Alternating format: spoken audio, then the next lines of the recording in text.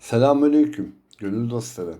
Gelin bugün kalplerimize şifa olacak bu mübarek duaya hep birlikte amin diyelim.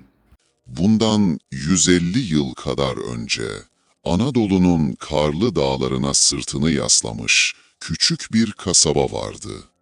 Kış o sene çok çetin geçiyordu. Yer gök bembeyaz karlarla kaplıydı.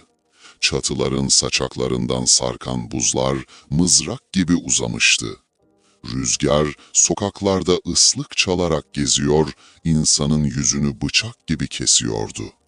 Ama kasabanın çarşısında o soğuğun bile giremediği tek bir dükkan vardı.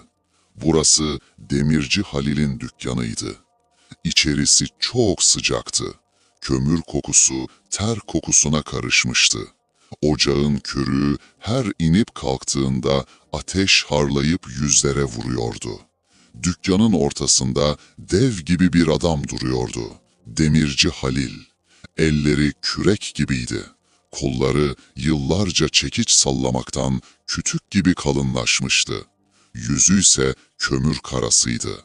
Ama asıl karalık yüzünde değil, bakışlarındaydı. Gözlerinde ne bir ışık, ne bir tebessüm vardı. Sadece donuk, buz gibi bir ifade. Halil Usta, örsün üzerindeki kızgın demire vurdukça dükkanı çekiç sesleri dolduruyordu. Her vuruşu sanki bir şeye duyduğu öfkeyi kusar gibiydi. Sertti, acımasızdı. Köşede henüz 15'inde çelimsiz bir delikanlı vardı. Adı Osman'dı. Halil Usta'nın çırağı. Osman, körüğü çekmekten kan ter içinde kalmıştı. Kolları ağrıyordu. Ama ustasından korkusuna sesini çıkaramıyordu.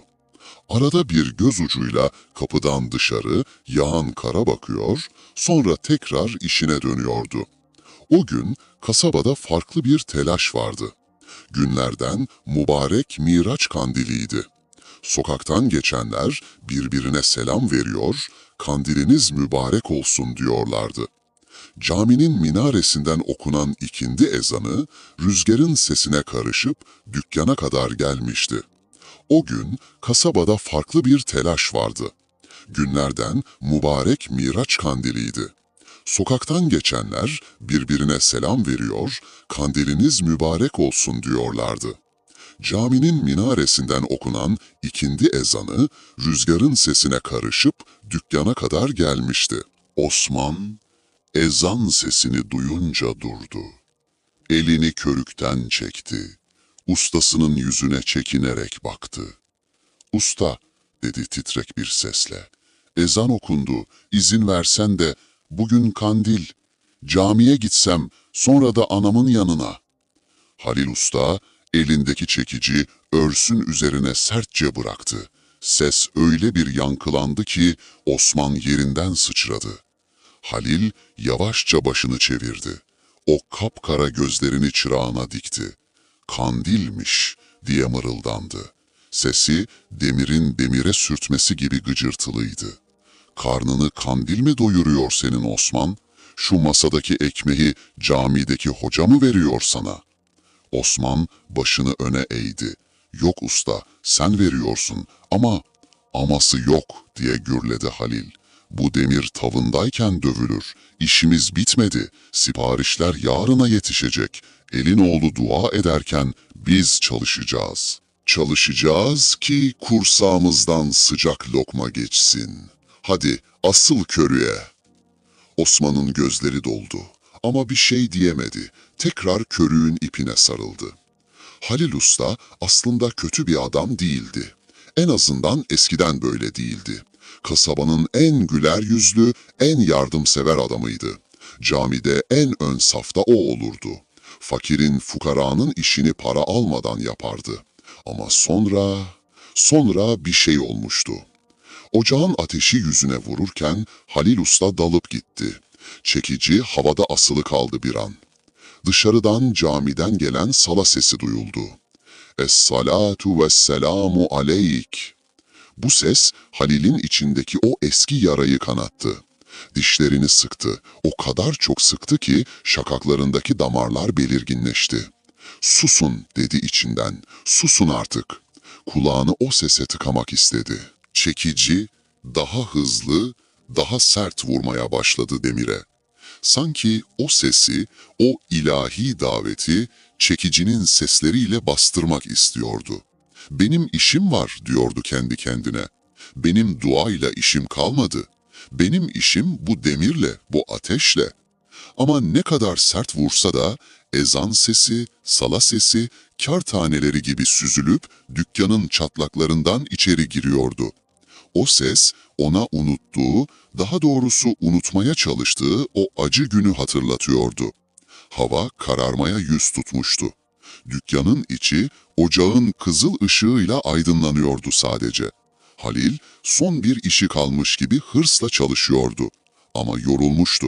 Sadece bedeni değil, ruhu da yorgundu. Osman dayanamadı, tekrar seslendi. "Usta, akşam oluyor, kandil simidi dağıtıyorlar çarşıda. Kokusu buraya kadar geldi. Bari bir parça." Halil terini koluyla sildi, çırağına baktı. Çocuğun gözlerindeki o masum istek, bir an için Halil'in kalbindeki buzları eritir gibi oldu. Ama hemen toparlandı. "Git," dedi bıkkın bir sesle. "Git zıkkımlan. Sonra da evine git. Yarın sabah gün doğmadan burada olacaksın." Osman inanamadı. "Sağ ol usta, Allah razı olsun," deyip önlüğünü çıkardığı gibi fırladı dükkandan. Halil usta dükkanda tek başına kaldı. Dışarıdaki rüzgarın uğultusu arttı. Ocak yavaş yavaş sönmeye yüz tutmuştu. Kömürlerin çıtırtısı azaldı. Halil elindeki çekici yere bıraktı. Eski bir tabureye çıktı. Elleri is ve pas içindeydi. Avuçlarına baktı uzun uzun. "Namazmış," dedi kendi kendine. "Miraçmış, yükselmekmiş." Gözleri dükkanın köşesindeki tozlu rafa takıldı. Orada eski bezlerin altında yıllardır dokunmadığı bir şey duruyordu. Kenarı işlemeli, yeşil bir bohça. İçinde seccadesi ve takkesi vardı. Oraya bakmamak için başını çevirdi. Ama hatıralar bir kere uyanmıştı. Zihninin kapılarını zorluyorlardı. Gözlerini kapattı ve kendini 10 yıl öncesinde, o kara günde buldu. O zamanlar Halil'in sakallarında bir tek beyaz tel bile yoktu. Yüzü gülünce gözlerinin içi de gülerdi. Kasabanın en şen şakrak adamıydı. İşten çıktı mı koşa koşa o küçük evine giderdi. Çünkü o evin kapısını açtığında cennet kokusu vururdu yüzüne. Hanımı Güllü ve biricik kızı Zeynep. Zeynep daha 4 yaşındaydı. Sarı saçlı, boncuk gözlü bir melekti. Halil kapıdan girdi mi, "Baba," diye koşar, bacaklarına sarılırdı. Halil onu havaya kaldırır, döndürür, odayı neşeyle doldururdu. Akşamları soba çıtır çıtır yanarken, Halil sedire oturur, Zeynep'i dizine alırdı. Güllü Hanım elinde çayla gelir, "Allah ağzımızın tadını bozmasın bey," derdi. Halil o zamanlar namazını hiç aksatmazdı. Her secdeye gittiğinde, "Şükürler olsun Allah'ım, bana bu mutluluğu verdin," derdi. Dünyanın en zengin adamı sanırdı kendini. Hazinesi o küçük odaydı. Ala 10 yıl önce, yine böyle karın yolları kapadığı bir gece, o mutluluk tablosu bir anda karardı. Kasabaya ince hastalık dedikleri o illet gelmişti. Önce komşu mahalleden duyuldu selalar, sonra yan komşudan. Ve bir gece o ateş Halil'in evine de düştü. Önce küçük Zeynep yandı ateşler içinde. Yanakları al al oldu, nefesi hırıldamaya başladı. Halil ne yapacağını şaşırdı. Kar topladı, sirkeli bezler yaptı, nafile. Çocuğun ateşi düşmüyordu. Sabaha karşı Güllü Hanım da yığıldı kaldı. Evin içi bir anda hastane koğuşuna döndü. Halil, çaresizliğin ne olduğunu o gece öğrendi. Doktor, kasabanın öbür ucundaydı, yollar kapalıydı, gidemedi, kimseye ulaşamadı. Evin ortasında bir o yana, bir bu yana döndü durdu. Sonra abdest aldı. Seccadesini serdi Zeynep'in başucuna. Hayatında hiç yalvarmadığı kadar yalvardı. Allah'ım dedi, canımı al ama onlara dokunma. Neyim var neyim yok al. Dükkanımı yak, beni süründür ama kızımı bana bağışla. Sabaha kadar ağladı. Sabaha kadar Allah dedi. Öyle inanıyordu ki duadan sonra iyileşeceklerine. Çünkü o iyi bir kuldu. Kimsenin hakkını yememişti. Allah onu duyuyordu, biliyordu. Ama sabah ezanları okunurken odadaki o hırıltılı nefes sesleri kesildi. Önce derin bir sessizlik oldu. Rüzgar bile sustu sanki. Halil korkarak yaklaştı yatağa. Zeynep'in o boncuk gözleri yarı açık kalmıştı.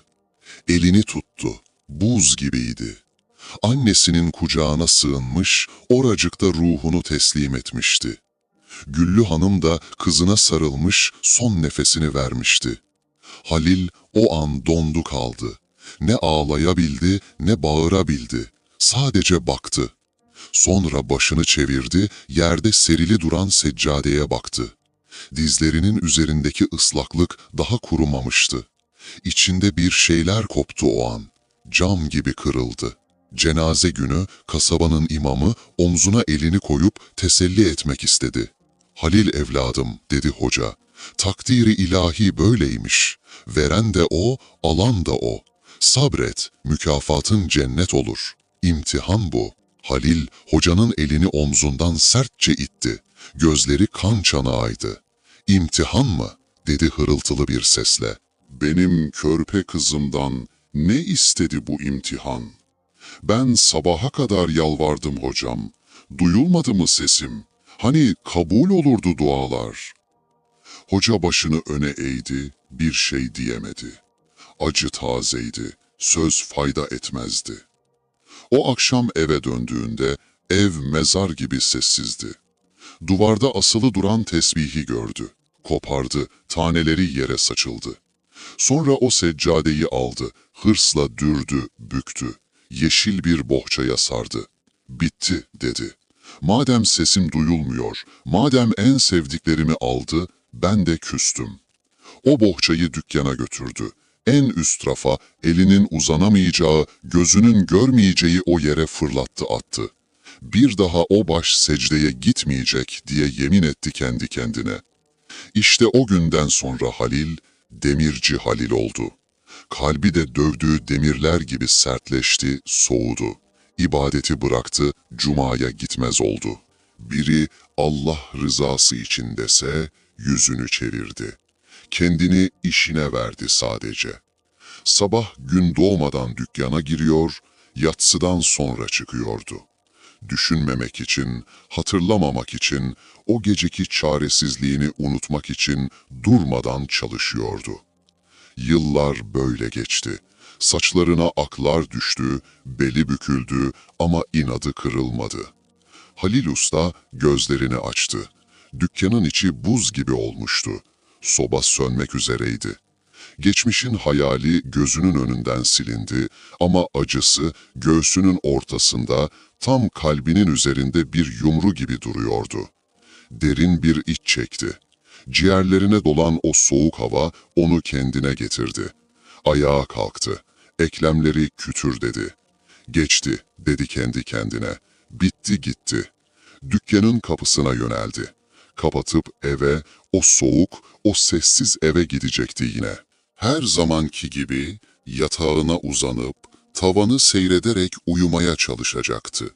Ama kapının koluna elini attığı an durdu. İçinde garip bir his vardı bu gece. Ayakları gitmiyordu. Eve gitmek istemedi canı. O yalnızlıkla yüzleşmekten korktu belki de ilk defa. "Burada kalayım," dedi. "Dükkan daha sıcak. Şurada kıvrılır yatarım." Eski bir koyun postunu yere serdi, üzerine de kalın abasını örttü. Ocağın yanına, küllerin sıcaklığına yakın bir yere kıvrıldı. Dışarıda fırtına uğulduyordu. Kasaba uykuya dalmıştı. Kandil gecesinin nuru evlere dolarken Halil, karanlık dükkanında isli duvarların arasında uykuya daldı. Ama bu gece diğer geceler gibi olmayacaktı. Gözleri kapandığı an ruhu bedeninden sıyrılıp bambaşka bir aleme yolculuğa çıkacaktı. Zincirlerin şakırtısını o an duydu rüyasında. Halil, gözlerini açtığında ocağın başında değildi artık. Dükkan yoktu. Duvarlar, körükler, çekiçler, hiçbiri yoktu. Uçsuz bucaksız gri bir ovanın ortasındaydı. Ne bir ağaç vardı etrafta, ne bir ev, ne de sığınacak bir gölge. Toprak kül rengindeydi. Gökyüzü ise ne geceydi ne gündüz. Tuhaf, morumsu bir alacakaranlık hakimdi her yere. Hava ne soğuktu ne de sıcak. Ama insanın içine işleyen garip bir sessizlik vardı. Öyle bir sessizlik ki insan kendi nefes alışından bile ürküyordu. Halil şaşkınlıkla etrafına bakındı. "Ben neredeyim?" diye sordu kendi kendine. Sesi boşlukta yankılanmadan kayboldu. Sonra kalabalığı fark etti.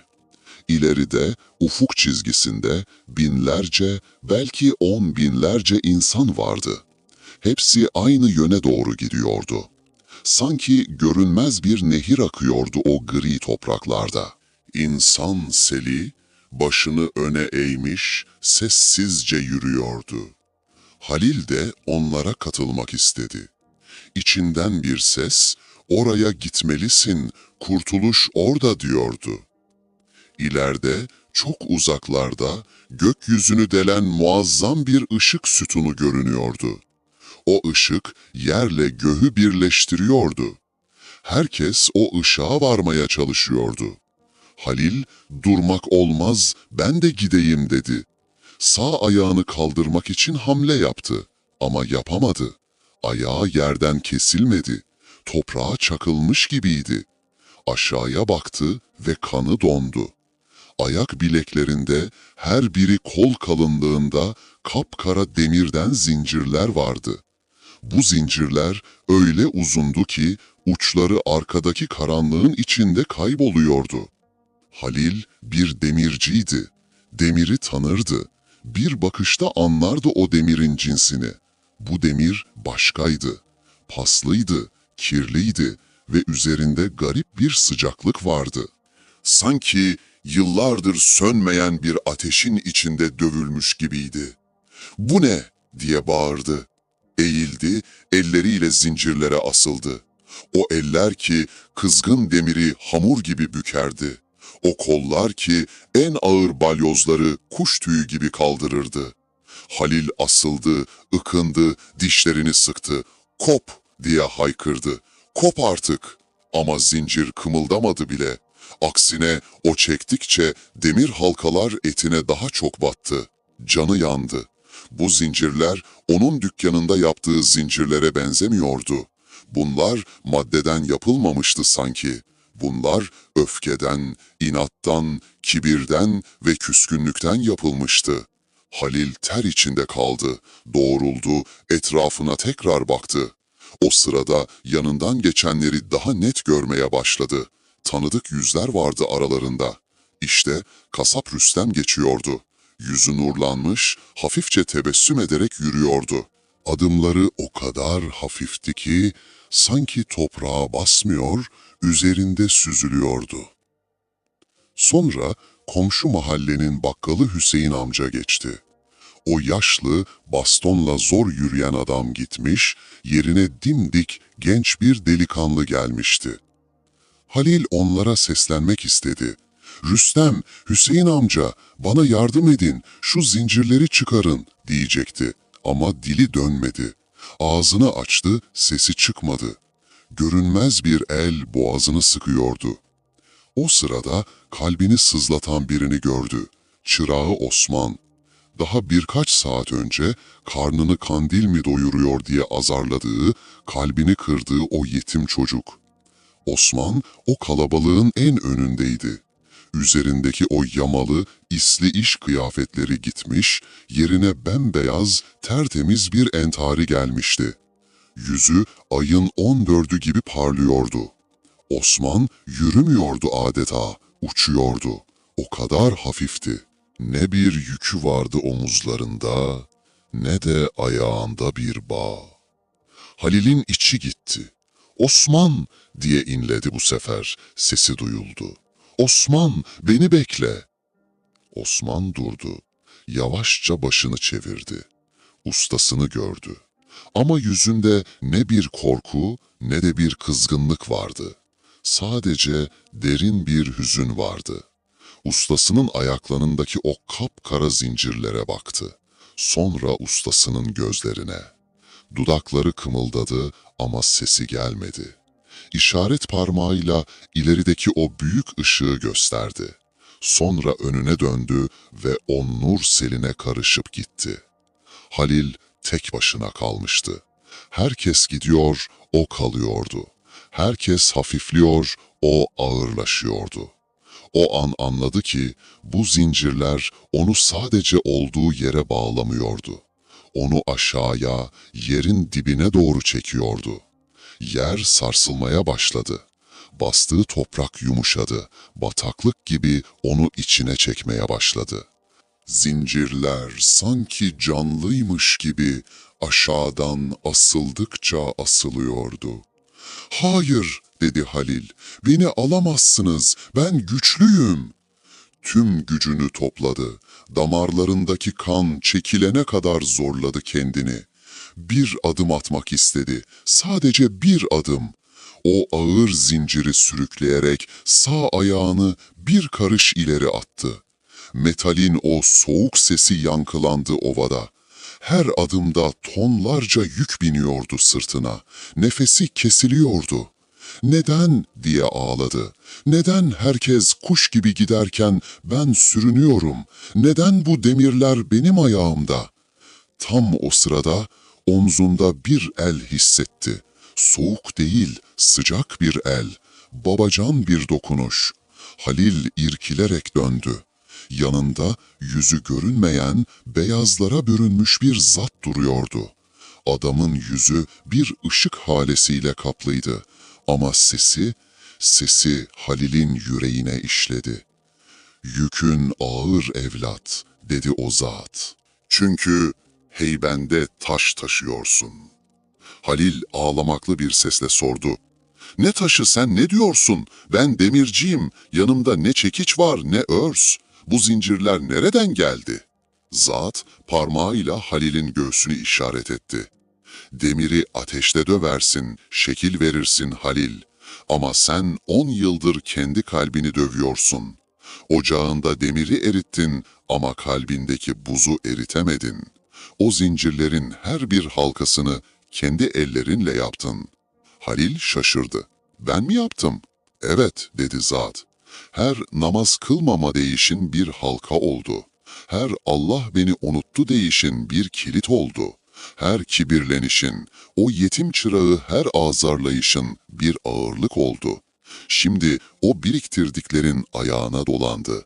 Herkes miraca, Rabbinin huzuruna yükselirken seni kendi inancın, kendi inadın aşağı çekiyor. Yer çekimi değil bu Halil, günah çekimi." Halil dizlerinin üzerine çöktü. O gri toprağa tapaklandı. "Kurtulmak istiyorum," dedi. "Yoruldum artık. Bu yükü taşımaktan, bu öfkeden yoruldum. Nasıl kırılır bu zincir? Hangi çekiç kırar bunu? Söyle, gidip getireyim." Zat başını iki yana salladı. "Dünyanın bütün çekiçlerimi getirsen, bu zincirin bir halkasını bile çizemezsin. Bu demir örs üzerinde kırılmaz Halil." "Nerede kırılır peki?" diye yalvardı Halil. Zat, ilerideki o muazzam ışığı, göğe yükselen merdivenleri gösterdi. "Bu zinciri sadece bir şey eritir. Ocağın ateşi değil, gözünün yaşı. Çekicin darbesi değil, alnının yere değmesi. Anahtarı gökte arama, anahtarı yerde." "Yerde mi?" "Evet, en aşağıda, secde yerinde. İnsan en aşağıya indiğinde en yükseğe çıkar. Alnını koy o toprağa. Teslim ol. Bırak o inadı. Ben yaparım deme. Sen büyüksün de. O zaman göreceksin demirin nasıl eridiğini. Halil, zatın yüzüne bakmak istedi ama ışık gözünü alıyordu. Vakit daralıyor Halil, dedi ses. Gittikçe uzaklaşıyordu. Kandil sönüyor, kapılar kapanıyor. Ya o zincirlerle o karanlık çukura düşeceksin ya da zincirleri kırıp o ışığa yürüyeceksin. Seçim senin. Ses kesildi, zat kayboldu. Halil o uçsuz bucaksız ovada ayaklarında tonlarca ağırlıkla bir başına kaldı. Bataklık onu dizlerine kadar çekmişti bile. Aşağıdan gelen o korkunç çekim gücü artıyordu. Korku iliklerine kadar işledi. Bu seferki korku yalnızlık korkusu değildi. Bu seferki ebedi bir kayboluşun korkusuydu. Halil o gri ovada bataklığın içinde çırpınıyordu. Çamur beline kadar gelmişti. Göğsündeki daralma, nefes almasını imkansız hale getiriyordu. O nur yüzlü zatın sesi kulaklarında çınladı. Anahtar yerde, alnını yere koy. Halil tamam diye bağırdı. Teslim oldum, yeter ki kurtar beni. Eğilmek istedi. Başını secdeye götürmek istedi. Ama sanki görünmez bir el ensesinden tutmuş onu geri çekiyordu. İçindeki bir ses, o eski kibirli ses, sen demirci Halil'sin, kimsenin önünde eğilmezsin, yapma diye haykırıyordu.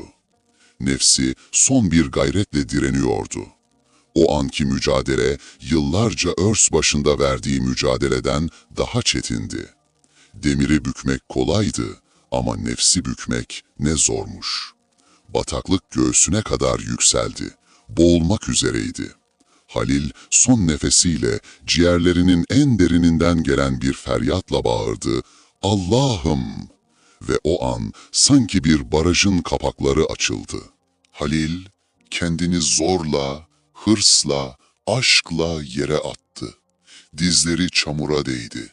Elleri toprağa yapıştı ve en sonunda o mağrur alnı o kara toprağa değdi.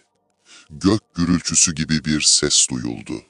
Halil'in yıllardır ayağında taşıdığı, ruhunu ezen o kapkara zincirler, alnı yere değdiği an tuzla buz oldu. Cam gibi kırılıp döküldü. Sırtından dünya kalktı sanki. O bataklık bir anda Gülistan'a döndü. O gri gökyüzü yarıldı, içeriye şelale gibi bir nur aktı. Halil secdede ağlıyordu. Ama bu sefer acıdan değil, hafiflemekten. Allahu Ekber, Allahu Ekber. Halil bir sıçrayışla yerinden fırladı. Nefes nefeseydi. Göğsü körük gibi inip kalkıyordu. Alnından soğuk terler boşanıyordu. Etrafına bakındı. Karanlık dükkandaydı.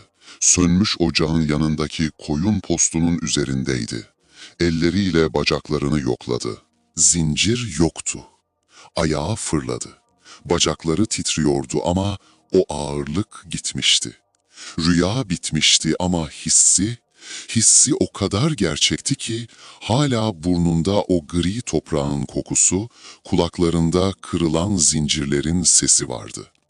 Dışarıdan sabahın o en sessiz, en berrak vaktinde müezzinin yanık sesi geliyordu. Es-salatu hayrun minen nevm. Namaz uykudan hayırlıdır. Halil bu sesi 10 yıldır duyardı ama hiç işitmezdi. Hep bir gürültü sanırdı. Ama şimdi o ses bir davetiye gibiydi. Gel diyordu, yükünü bırak da gel, arın da gel. Gözleri karardı, başı döndü, duvara tutundu. Duvara, dükkanın o en üst rafına, örümcek ağlarının sardığı o köşeye dikildi. Hızla oraya yürüdü. Eski bir tabureyi çekti, üzerine çıktı. Eli titreyerek o tozlu bohçaya uzandı. Bohçayı indirdi, üzerindeki tozu üfledi. Öksürdü. Yavaşça düğümü çözdü. İçinden mis gibi bir koku yayıldı. Gül suyu kokusu. Rahmetli hanımı Güllü'nün kokusu.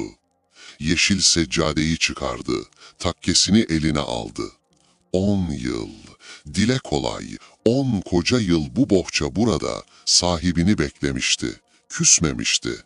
Halil dükkanın köşesindeki su ibriğini kaptı. Su buz gibiydi. Üzerinde ince bir buz tabakası vardı. Aldırmadı. O buz gibi suyu yüzüne çarptığında sanki derisindeki o 10 yıllık kir, pas, günah akıp gitti. Kolları dondu, yüzü yandı soğuktan ama içi yanardağ gibiydi. Dükkanın en temiz köşesine, ocağın hemen yanına serdi seccadeyi.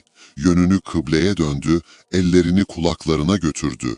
O eller, çekiç tutmaktan nasır tutmuş, sertleşmiş o eller şimdi titriyordu.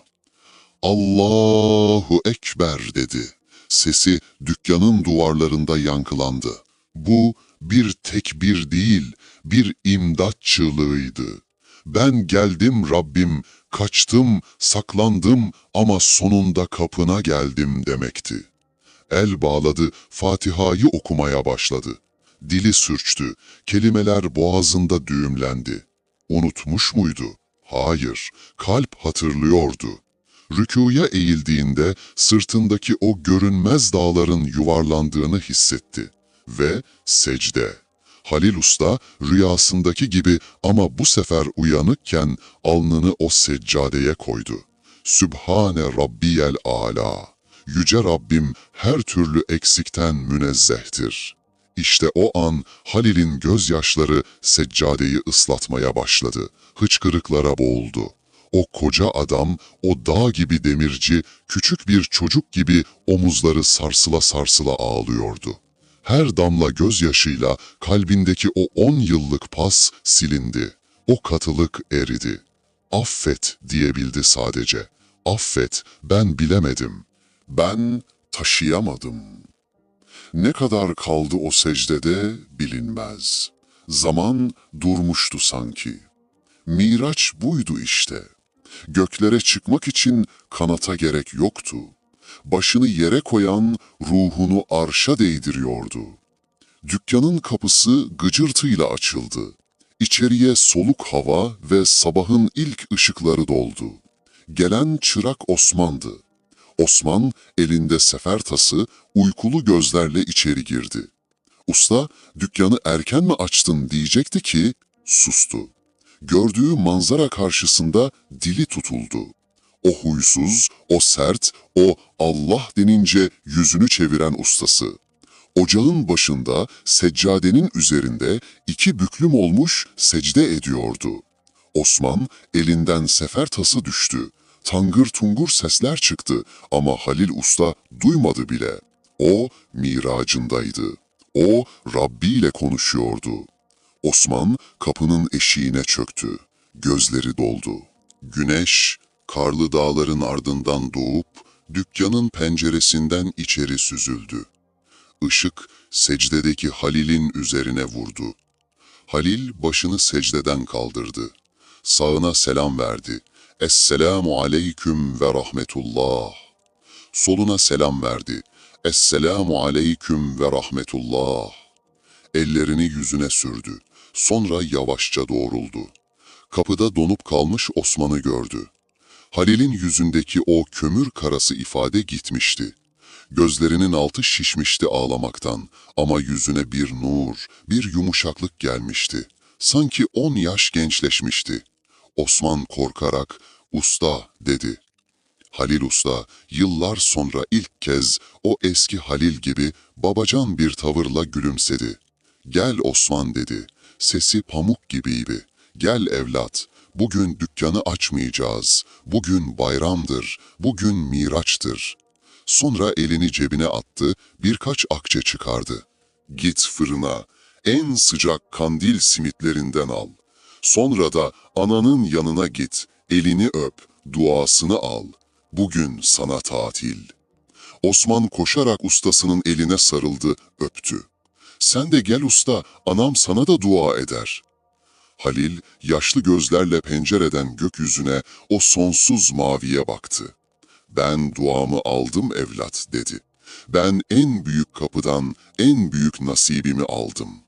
Dışarıda kar durmuştu. Güneş beyaz örtünün üzerinde pırıl pırıl parlıyordu. Halil Usta artık zincirli Halil değildi. O, zincirlerini secdede kıran, miraca eren bir kuldu. Biliyordu ki, insan düşer, insan şaşar, insan küser. Ama Allah'ın kapısı hiç kapanmaz. Yeter ki dönmesini bil, yeter ki başını o seccadeye koymasını bil. Rabbim, bu mübarek gecede hepimize samimi bir tövbe nasip etsin. Rabbim dinlediğiniz tüm duaları makbul eylesin. Beğenmeyi, abone olmayı, yorumlara amin yazmayı unutmayın. Allah'a emanet olun.